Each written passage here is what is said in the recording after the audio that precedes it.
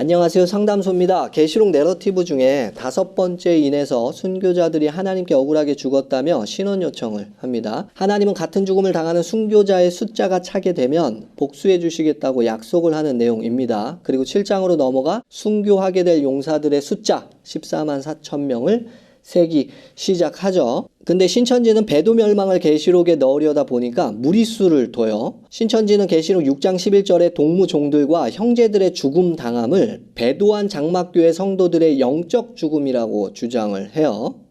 너희 동무종들은 누구예요?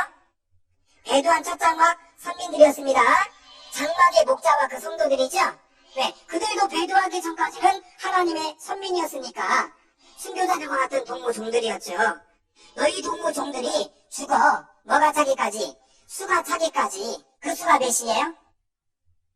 3분의 죽는다 했잖아요. 죽어서 수가 차기까지 뭐하라? 기다리라. 그때 뭐하겠다? 신원해주겠다. 맞죠? 신천지 실상책이에요. 그들을 순교자들의 동무종들과 형제라고 하는 것은 비록 시대는 다르지만 모두 하나님 말씀으로 나서 하나가 된 자들이기 때문이다. 그러나 배도자들이 죽임을 당하는 이유는 순교자들과는 다르다.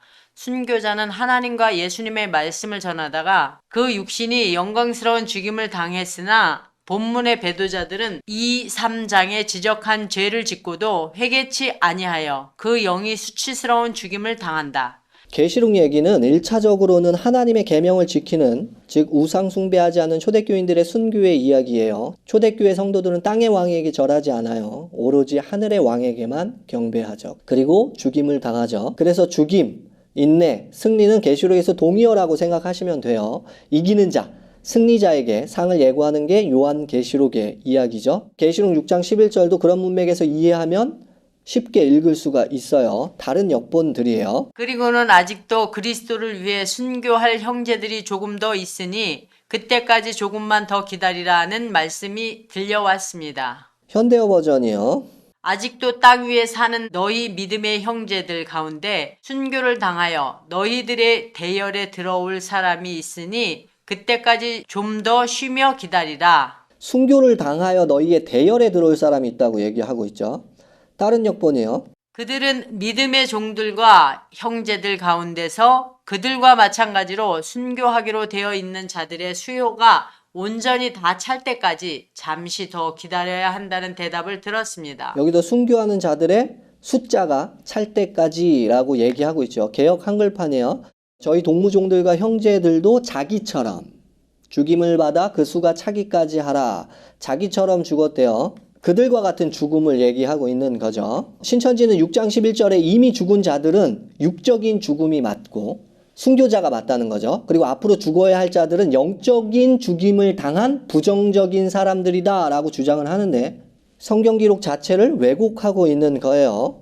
헬라어 직역이에요. 그들 각자에게 흰옷이 주어졌다. 그리고 그들은 그들처럼 죽임을 당하기로 되어 있는 그들의 동료 종들과 형제들이 그들처럼 다 죽어서 수가 찰 때까지 조금 더 쉬라고 하는 말을 들었다. NRSV와 ESV는 그들 자신처럼, 그리고 원문은 호스카이 아우토이, 그들과 같은 방식으로 라고 이야기를 하고 있어요. 미리 죽은 자들이 순교를 해서 육신이 죽은 게 맞다면 앞으로 죽어야 할 자들도 육신이 죽어 순교해야 될 자들이 맞다라는 의미죠. 계시록 6장 11절은 하나님의 편에서 죽는 순교를 얘기하고 있는 것이 매우 선명해요.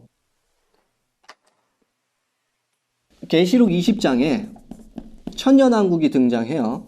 근데 신천지는 천년왕국이 84년 3월에 시작됐다고 얘기하죠. 그리고 20장 4절에 신인하빌이 등장하죠. 전 그걸 부활로 보고 있는데 신천지 말따나 신인하빌이라고 해볼게요. 신인하빌은 천년왕국이 시작된 이 천년의 기간 동안에 일어납니까? 그렇지 않아요. 이들이 신인하빌이 되어서 천년 동안 왕노릇 하는 거예요. 그래서 신인하빌은 요 시작과 마귀가 풀려나서 유혹을 하고 그 다음에 최후의 심판인 여기서 부활. 계시록 20장에서의 부활은 이 앞부분과 이 뒷부분밖에 없어요. 신천지가 태동한 지 84년으로부터 지금 30 몇 년이 지났죠? 39년이 지났죠.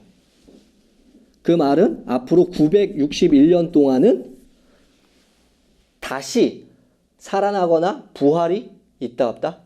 없다라고 이야기를 해요. 왜냐하면 여기서 부활한 다음에 천년이 차기까지 다시 살지 못하더라 이렇게 얘기를 했기 때문에 그래요. 그래서 만약에 총회장님이 요 사이의 기간 동안 돌아가시면 부활이 있어 없어요? 이때 동안은 부활이 없어요. 그리고 여러분 3년 남고 1년 남고 10년 100년 안에 부활은 오지 않을 거예요. 계시록 20장 곰곰이 한번 읽어보세요. 신천지 방식대로 성경을 보자고 해도 신인 하빌은 이미 지나갔어요. 961년 기다리셔야 돼요. 계시록 20장 차근차근 한번 읽어보세요. 제가 이 말을 왜 하냐면 박태선이 자기는 죽지 않는 하나님이라고 했다가 나중에 죽을 때가 거의 돼서 지병이 도지면서 말을 바꾸기 시작했어요. 그런 거로 세상 죄를 전부 감당하는 거야. 내가 세상 죄를 감당하는 어린 양이 틀림없어. 내가 진짜 어린 양이야. 여러분이 원치 않으면 나는 끝내고 낙원으로 가버리면 돼. 아니 하나님이 끝내고 어딜 가신다는 거죠? 죽을 때가 다 되니까 속죄와 죽음을 끼워 넣었어요. 총회장도 죽음이 다가오기 시작한 밑밥을 깔아놓기 시작할 거예요. 신천지 쪽에서. 앞으로 총회장 워딩에 집중을 하시면 좋을 것 같아요. 신천지 기록이에요. 시작. 새 언약 계시록을 가감한 자, 추수되지 못한 자는 지옥불로 들어가 소멸된다. 이것이 세상 끝의 일이다.